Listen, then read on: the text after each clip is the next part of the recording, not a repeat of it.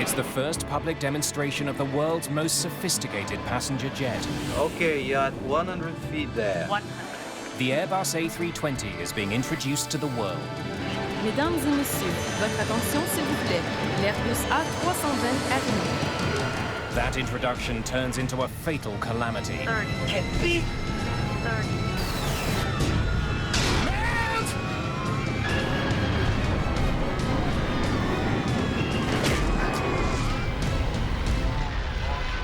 It could not possibly have come at a worse time for Airbus. The crash was a major embarrassment. There's enormous pressure on investigators. If Airbus is to survive, they must find the answer to one crucial question. Was it the pilot or was it the plane?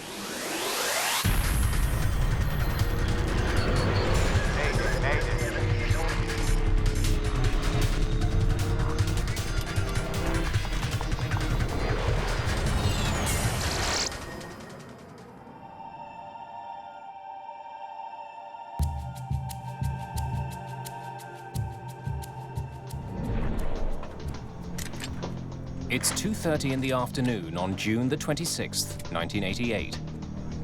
An unusual charter flight prepares to depart Basel-Mulhouse Airport in France, near the Swiss border. Anti-ice. Captain Michel Asseline is one of Air France's most distinguished pilots. On. Though only 44, he's the head of pilot training for the company's newest plane, the Airbus A320. It's only the third of its kind to roll off the assembly line. Captain Asseline flew this very aircraft from the factory in Toulouse just 2 days earlier. I was in charge of the launching of the 320 in Air France. The company used me to promote the aircraft. The speeches to make, I was constantly on the television, on newspaper. Air Charter 296 would like to roll, please. Asseline's first officer, Pierre Mazière, is also a senior Air France pilot. Air Charter 296. He's invited 2 off-duty flight attendants to come along for the ride on this special flight. The aircraft is booked to perform a low-altitude flyover at a local air show. There are 130 people on board this A320, which is unusual for an air show demonstration flight. They have no luggage. For some, it's their first time on an airplane. There are even children, like 7-year-old Mariama Barry, unaccompanied by their parents. After the flyover, they will be taken on a sightseeing tour around Mont Blanc, the highest peak in Western Europe. Most got their tickets as promotional gifts from a local bank and newspaper. Jean-Marie Schreiber is a young reporter covering the launch of the new plane. As a journalist, I was thrilled to be on the flight, to have a chance to see how people reacted inside the plane.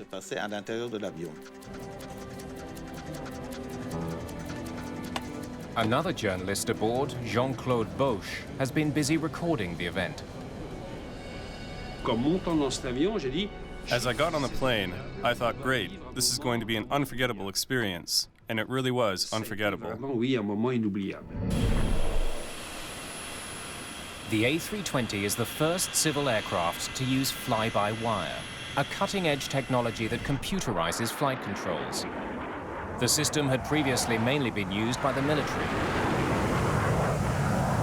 On the fly-by-wire system, the pilot essentially flies the computer, and the computer flies the aircraft. Fly-by-wire alters the relationship between pilot and plane. It gives computers the ability to override human inputs to prevent pilot error. The A320's flight computer won't let its human operators do anything it determines to be dangerous. Airbus has become the first civil aircraft maker to embrace this technology. It hopes this will give it an edge over its longtime American rival, Boeing. In its first public presentation, Airbus has a lot on the line. Okay, tell me what you want in terms of speed and altitude. Okay, then take off light turn, We go nice and easy to find out things. We tried to demonstrate the capability of this aircraft. To say we wanted to show off, not exactly. We wanted to make a good job, and we were sure to make a good job. Once we identify the airfield, we extend flaps to 3. We'll do the flyover at 100, landing gear out, and you just leave it up to me. I'll give it alpha max. Done it 20 times. Okay. Captain Asseline is planning a breathtaking maneuver. A low-altitude, nose-high flyby at alpha max. This is the slowest a plane can fly without stalling. Ladies and gentlemen, hello and welcome aboard this Airbus A320, which was put into service just 2 days ago. We will soon be taking off for a short sightseeing flight, which will start from the Alsace Flying Club, and then we'll be flying around Mont Blanc. I wish you a very pleasant flight. That's done. ACF 296Q, clear for takeoff. Runway 16. We're rolling. Take off. Go. Parameters normal. 100. 100. It's already requesting climb. You see that? Yes, that happens. I know the bug. V1. Rotate.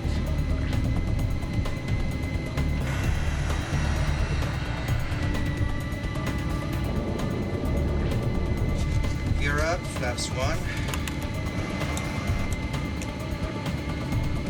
After take-up checklist completed.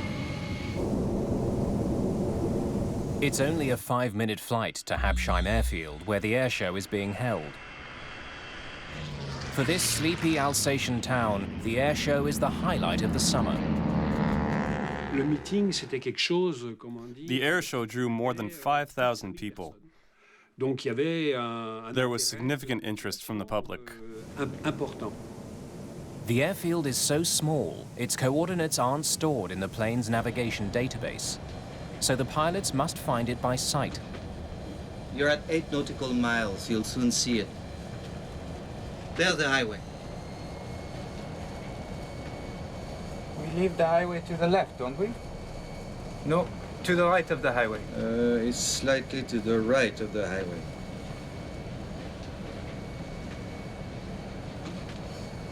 There's the airfield. You've got it, have you? The pilots have spotted the airfield late. They will have to hurry to descend to the planned altitude for the flyover at the airshow. A crowd is forming at the runway. Air Charter 296, good afternoon. Habsheim, hello. We are coming into view of the airfield for the flyover. Yes, I can see you. You're cleared. The sky is clear. Gear down. Okay, we're going in for low altitude, low speed flyover. 296. Roger. Flaps 2. Quebec November Hotel Absane, Fox Echo 984. Okay. 984. Put in 984. Flaps 3. Flaps 3. That's the airfield. You confirm? Affirmative. Flight 296 makes a gentle turn to line up with the runway. The pilots must now lose more altitude and speed to get into position for the flyover. 200. 200. Mesdames et messieurs, votre attention s'il vous plaît. L'Airbus A-320 arrive. Okay, you're at 100 feet there. 100. Watch it. 100. Watch it. The aircraft is now at the planned altitude. For Asseline, this will be the most delicate part of the maneuver. He must keep the plane in a stable position with the nose up, but not too high. I looked at the ground and said, look, he's not high enough, because you could see the grass right out your window. Okay. I'm okay there. Disconnect auto throttle. He disables one of the plane's safety features so that the computer won't speed up the slow-moving plane. Only now, Captain Asseline sees a danger that threatens the lives of everyone on board. The A320's low-speed flyover at the Habsheim airfield is suddenly not going according to plan. There's a forest in the path of Captain Asseline's plane. 30. Take off, go around power. He selects the highest thrust setting and pulls back on the controls, expecting the aircraft to pull up. But the plane keeps dropping. Get me!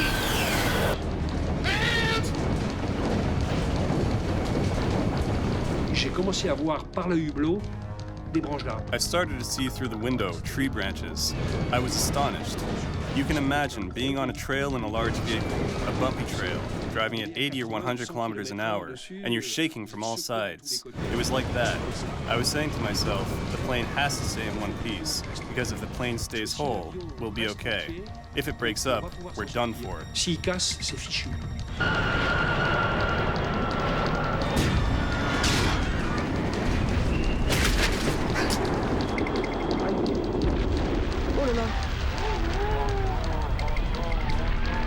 Still full of fuel, the right wing of the jet is sheared off. The fuel ignites immediately on impact.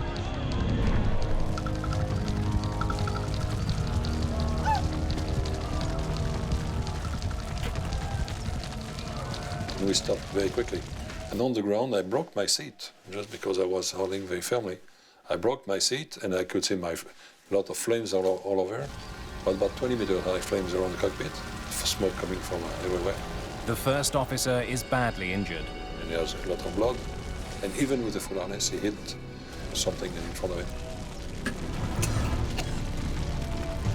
What the hell have you done? I don't know. I don't understand. There was a moment of silence when the plane finally stopped. Incredibly, the fuselage is still in one piece. Everyone has survived the impact, but they're not out of danger yet. Alors là, je me penche. So I lean to the right, and I see red flames. The windows were red. And I think, we held together, but we're going to burn to death. Mais on va mourir brûlés. Then we heard somebody say, "Get out, get out, there's a fire." Sortez, sortez, il y a le feu. Evacuate the aircraft. Hurry, I'll deal with him. Only 2 exits can be used for evacuation. The rest are engulfed in flames. But thick branches block one of the doors, making evacuation difficult. In the chaos of the cabin, some passengers struggle with their seatbelts. Marie-Françoise Froche is one of the last passengers to leave her seat. She comes across Mariama Barry, who's trapped in her seat. Mariama Barry, she was 7, 8. After the accident, people pushing toward the exit pushed on the backs of the seats, the backs that folded over her, and then she was trapped by her seatbelt. No one saw her. She was forgotten. On l'a pas vue, on l'a oubliée. But it's too late. Both are overcome by smoke before they can get off the plane. In the cockpit, Captain Asseline struggles to get his injured first officer out of the burning aircraft. I took him from his seat and belt him, carried, I don't know how, and I put him in a slide. When the passenger, all of them, the last one, was out of the plane, I saw my crew. They told me, Captain, they are all out.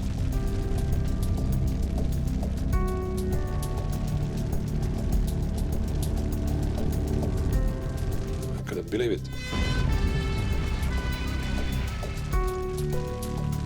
But the crew is wrong. Not all the passengers have made it out.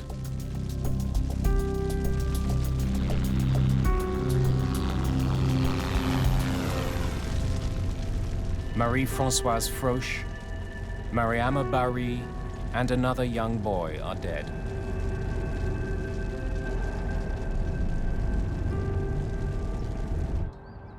In addition to the tragic loss of life, the accident is a PR disaster for Airbus.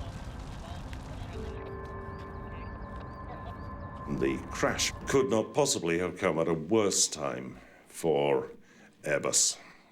They were trying out this new concept, which they had touted very widely as a new level of safety for civil flight. And here's a pilot going and crashing one. For those who actually saw the accident, and it was broadcast on the news media throughout the world the same evening that it happened, there was amazement. The crash was a major embarrassment.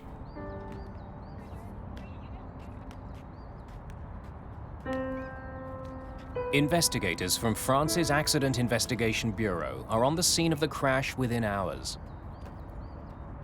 They need to know why this demonstration flight ended in disaster. They recover the plane's data and voice recorders.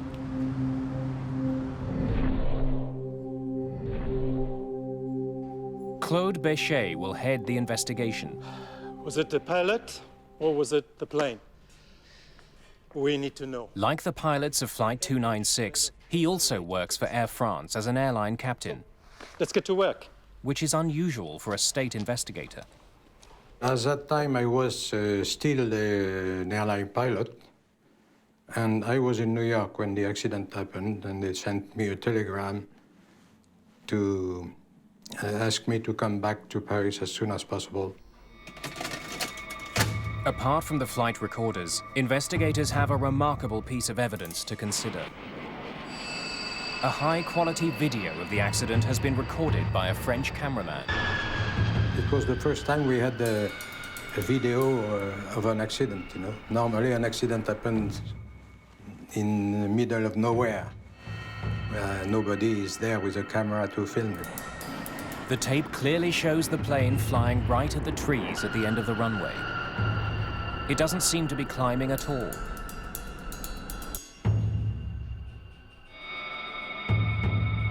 The cockpit voice recorder offers a confounding clue.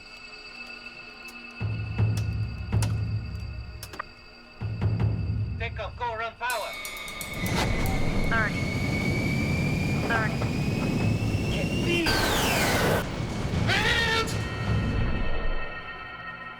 It's clear the crew had no idea there was an obstacle at the end of the runway. Investigators are puzzled. How could a forest take a pilot by surprise?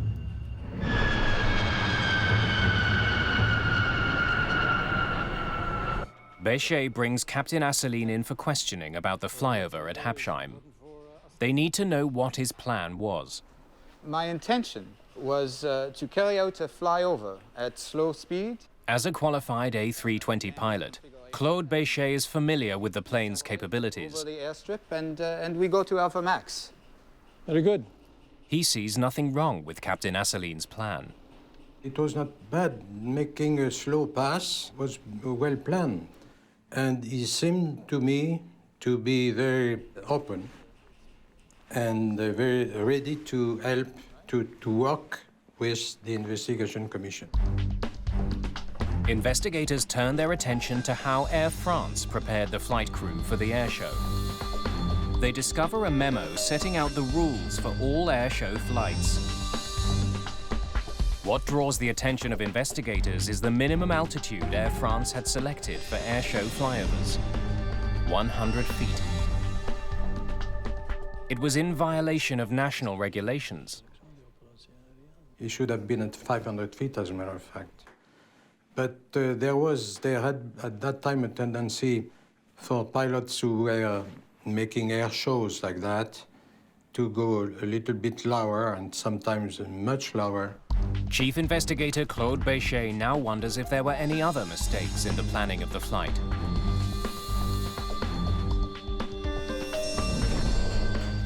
He soon learns that Air France's flight division didn't start drawing up a flight plan for the demonstration until less than 48 hours before the airshow. An Air France employee had prepared maps of the airfield for the crew of Flight 296. Investigators find a serious problem. The forest around Habsheim airfield did not show up on the photocopies.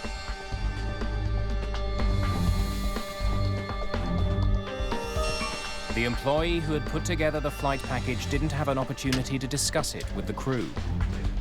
You were using a navigation chart? While questioning Asseline, Bechet discovers that the pilots were also given little time to prepare.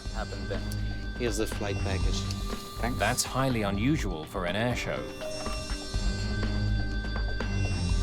My co-pilot told me, okay, we make a flight around Mont Blanc, and then we have to make 2 low pass over a small airport, Alsace. Told me there is nothing special. So for me, it was a normal flight, a normal day. That preparation had not been complete, and there had been no briefing of the crew by the staff. Investigators then make an intriguing discovery at the crash site. They measure the height of the trees hit by Flight 296. They discover the average height of the forest to be only 40 feet. This poses an urgent question. How could an Airbus that was supposed to be flying at 100 feet hit trees less than half that height?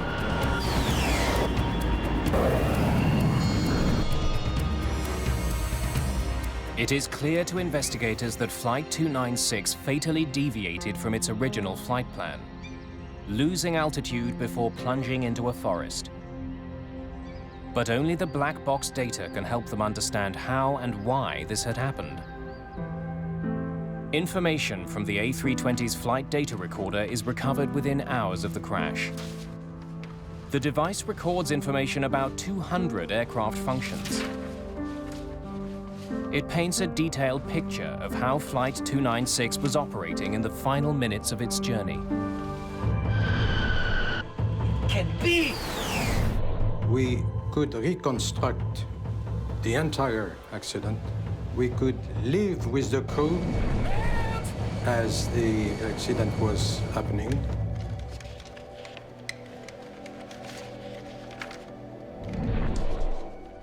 Investigators make 2 striking observations from the data. The first is that Flight 296 suffered no mechanical breakdowns.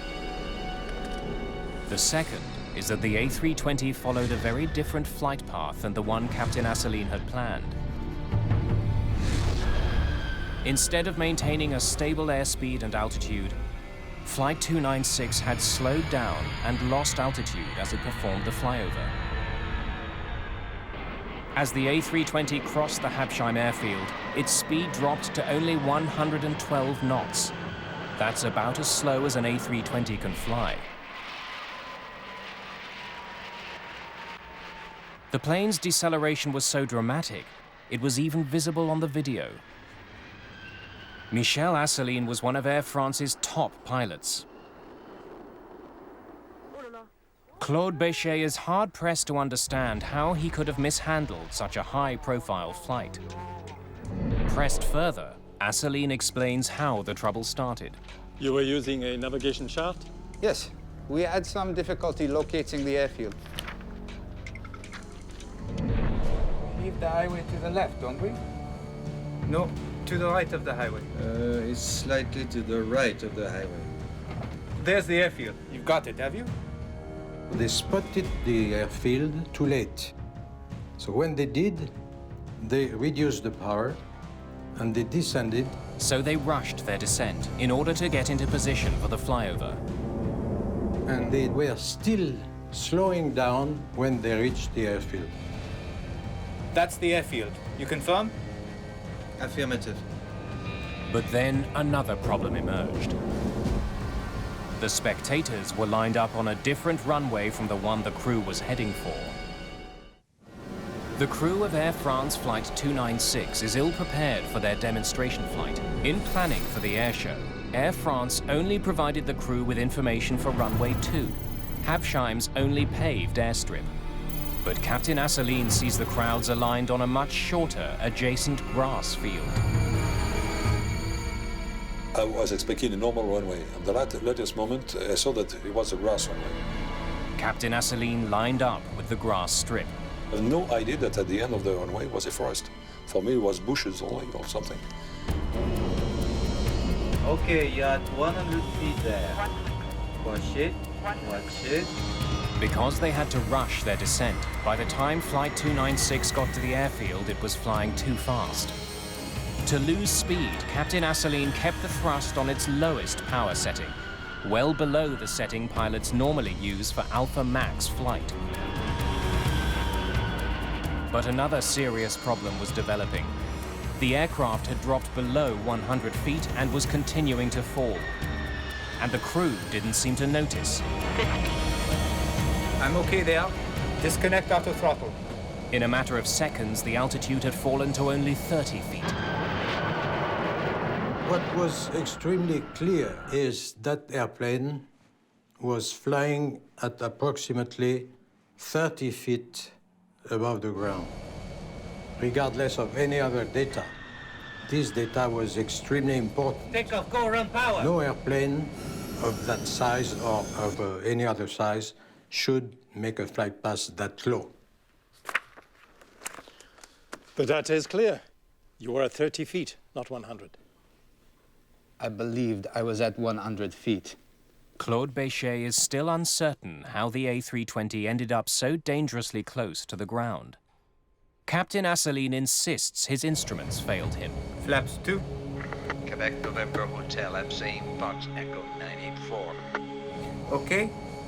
984. Captain Asseline was relying on his barometric altimeter. It uses air pressure to measure the plane's distance from the ground. It had to be set to local atmospheric pressure to be accurate. Quebec November Hotel, Alsace, Fox Echo 984. Okay. 984. Put in 9. The cockpit recorder proves that the tower provided the pressure reading and the crew set their instrument. But Asseline insists the altimeter was giving him a false reading. I tell you, the altimeter said the plane was at 100 feet.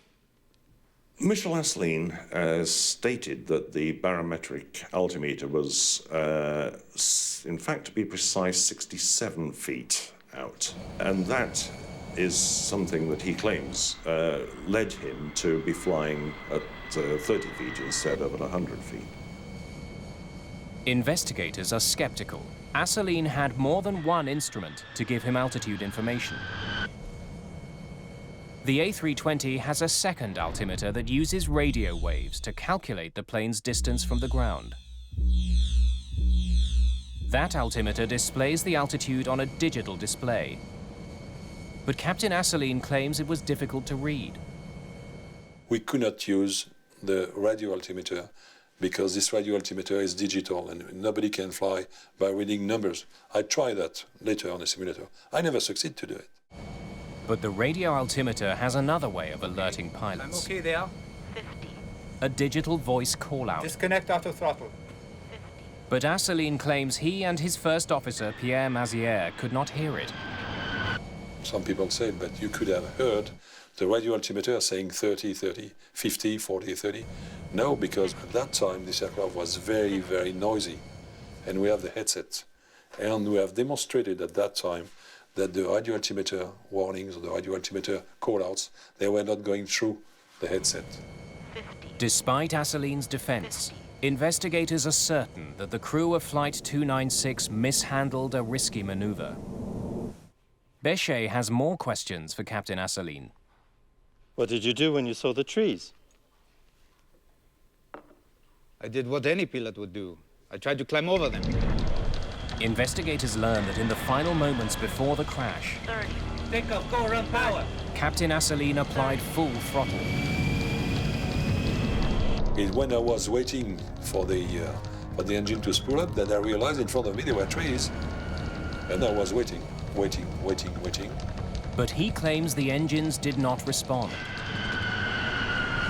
And when they finally kicked in, it was too late. I tell you, the engines did not come on when I gave it full throttle. Captain Asseline's testimony raises a troubling prospect. If there was a prolonged delay in engine response, it could indicate a critical problem with the A320's turbojets.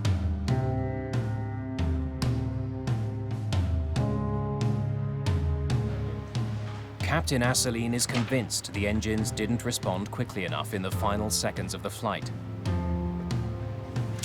He makes it his mission to prove it. He uncovers an Airbus document warning of a defect on the A320. It says the plane's engine speed could stagnate at low altitude, a condition caused by poor airflow. When this occurs, the engine cannot accelerate. But investigators can find no evidence of such a failure in any of the data from the plane. Take off, go run power. In the 5 seconds after Captain Asseline applied full power on the thrust levers, the A320's twin engines had begun to spool up.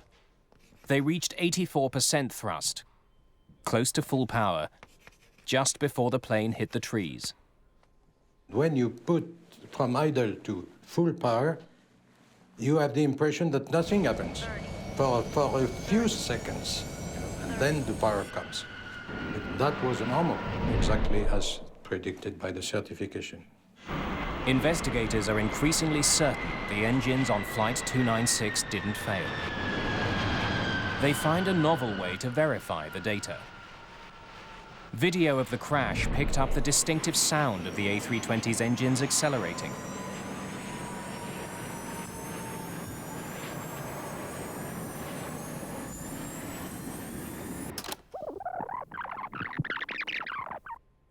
By studying that sound, engineers can determine how much power the engines were generating in the final seconds before the crash. We were able to compare the RPM of the engines from that film and from the flight data recorder.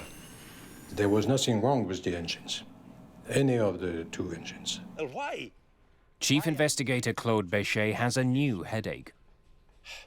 Captain Asseline is convinced there is a conspiracy against him. He cuts off all cooperation with the investigation. Very well.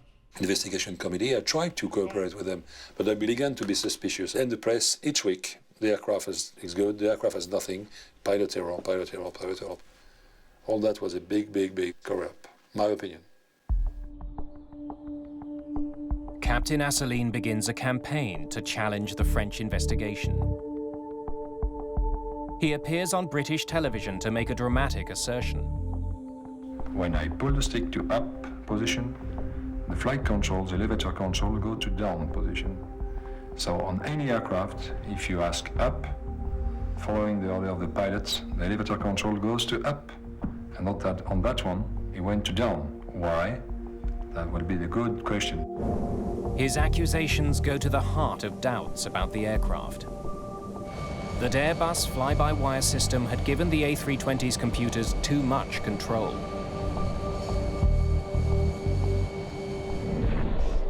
Asseline's claim that the plane didn't follow his instructions is supported by data from the plane's flight recorder. The black box recorded every movement of the pilot's side stick controller.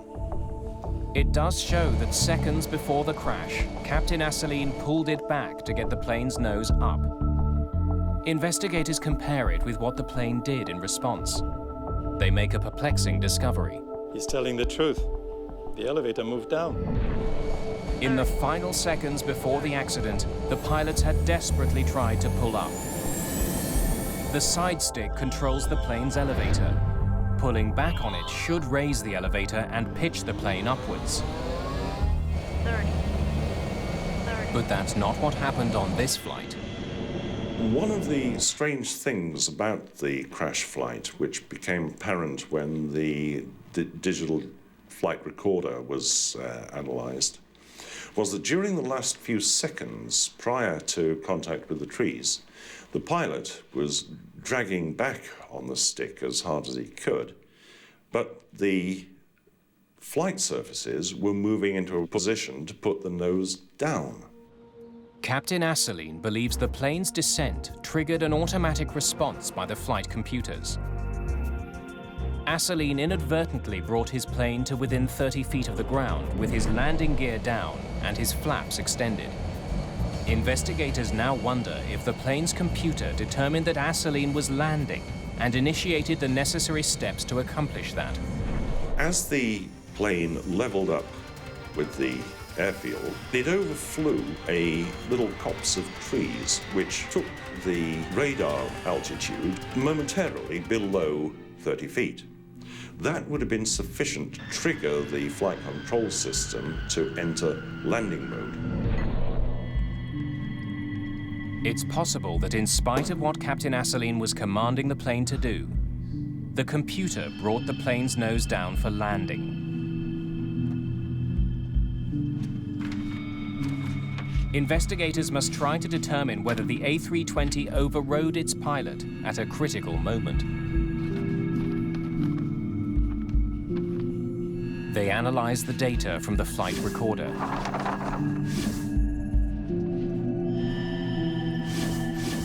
Stop it there.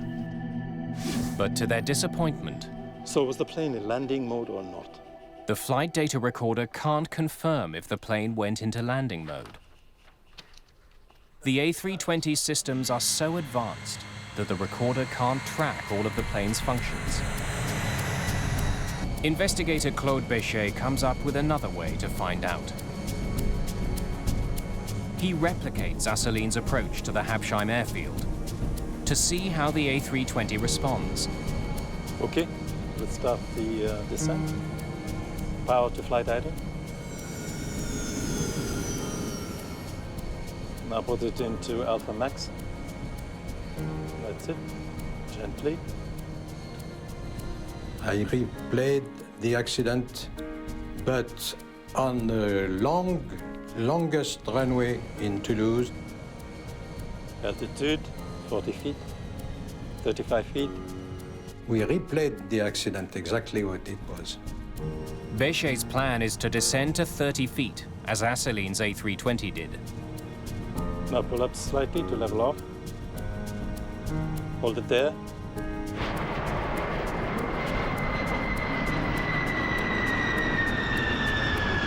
Béchet wants to see if the flight computer puts the plane in landing mode. Okay, now full thrust.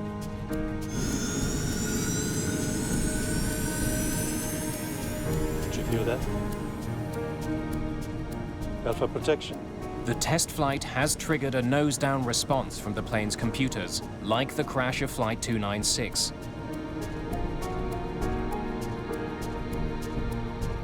But the plane hadn't gone into landing mode. Instead, the flyover had activated one of the A320's main safety features: stall protection. Due to a lack of airflow over the wings, flying slowly in a nose-high position can cause a plane to lose lift. The A320's computer has been programmed to bring the plane's nose down when it gets close to stalling. This means that in theory, as long as the flight control system is in operation, the pilot cannot stall the plane. Béchet concludes the flight computers did override Captain Asseline's command. But he believes that by doing so, it had prevented the plane from stalling and crashing just short of the tree line. That airplane didn't stall and, let's say, landed on the trees. The investigation into the crash at Habsheim is coming to an end. Claude Béchet prepares to deliver his verdict. The conclusion of my report was that the airplane was too low, too slow, and with not enough power.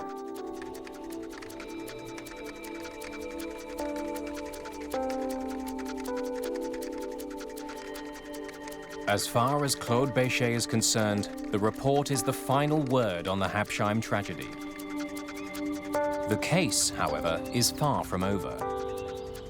The French justice system is moving towards a judgment of Captain Asseline. He is charged with involuntary homicide in the deaths of 3 passengers and faces the prospect of a long prison sentence. But Captain Asseline believes he has found evidence that will exonerate him. He is convinced there was a conspiracy to tamper with the plane's black boxes, to conceal problems with the A320's fly-by-wire technology. There has been a cover-up with some funny recorders. That's the first point. The second point, they have been changing the content of the recordings. It all begins, according to Asseline, at the crash site. An employee of France's Civil Aviation Authority is photographed carrying the A320's flight recorders from the scene. Those same black boxes are presented as evidence at Asseline's trial. But inexplicably, they look different. I had a chance to see the black boxes held by the court. But when I see the state they're in, they're old boxes, full of scratches, dusty, with chipped paint. I think, wait, these can't be the boxes from the crash. The plane was new. They're not the right ones. Captain Asseline hires a Swiss criminology institute to compare the two photographs. Its conclusion, they're not the same flight recorders.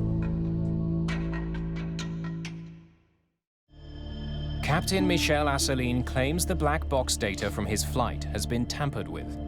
But investigator Claude Béchet rejects the accusations as outrageous. They were trying to prove that the tapes had been tampered with, which we could not understand because every recorder expert knew that it was physically impossible. But there is one expert who believes the black boxes are suspicious. Ray Davis is a former head of flight recorder analysis at Britain's Air Accidents Investigation Branch. He has been hired by British television to review the French investigators' work.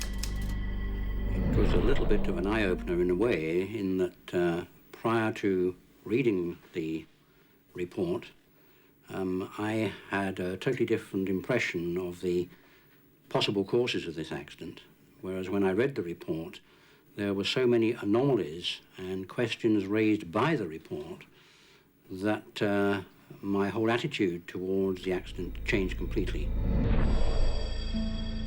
Davis discovers evidence that could vindicate Asseline. It raises questions about when the crew applied power to try to overfly the trees. 30. Take off, go around power. 30. While studying the black box data, Davis comes across a curious inconsistency. French investigators had synchronized the black boxes with a transcript of air traffic control communications.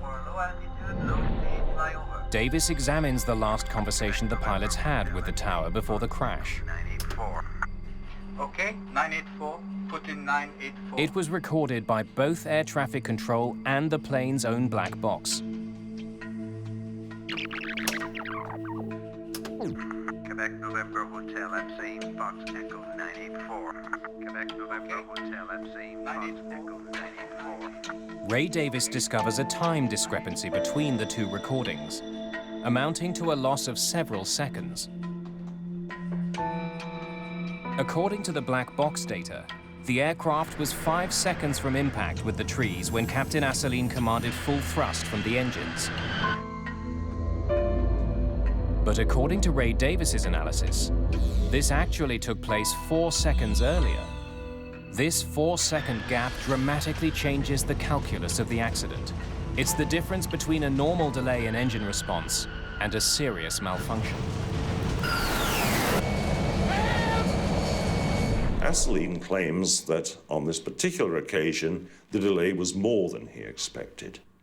And depending upon which side of the argument you come down at as to whether or not the 4-second delay in the digital flight data recording was real or not, then, you know, he's either an idiot or you know, he's right. The French justice system does not believe that Asseline is right. After multiple appeals, Michel Asseline is convicted of involuntary homicide and sentenced to 10 months in prison. Still, the controversy over the black boxes and the missing 4 seconds lingers on. It promises to forever cloud the results of Claude Béchet's investigation. The public opinion thought probably, oh, well, there was so much at stake, you know. It was the future of all European aviation industry, which was at stake.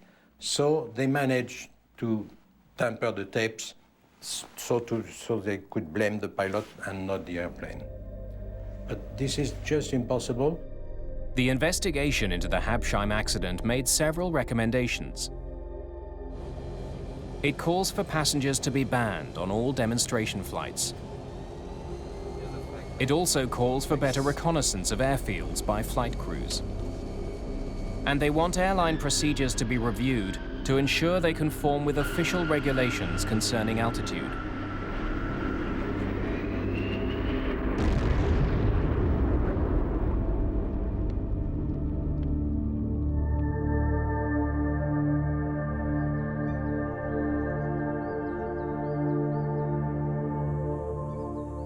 Michel Asselineau went on to a career as a teacher and inventor in the aviation industry. He continues to appeal his conviction and has devoted much of his life to clearing his name. The tragedy at Habsheim would have little impact on Airbus industry.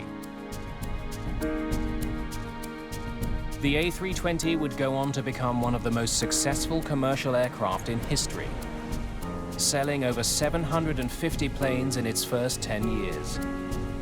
And fly-by-wire technology would be safely adopted by a new generation of passenger aircraft.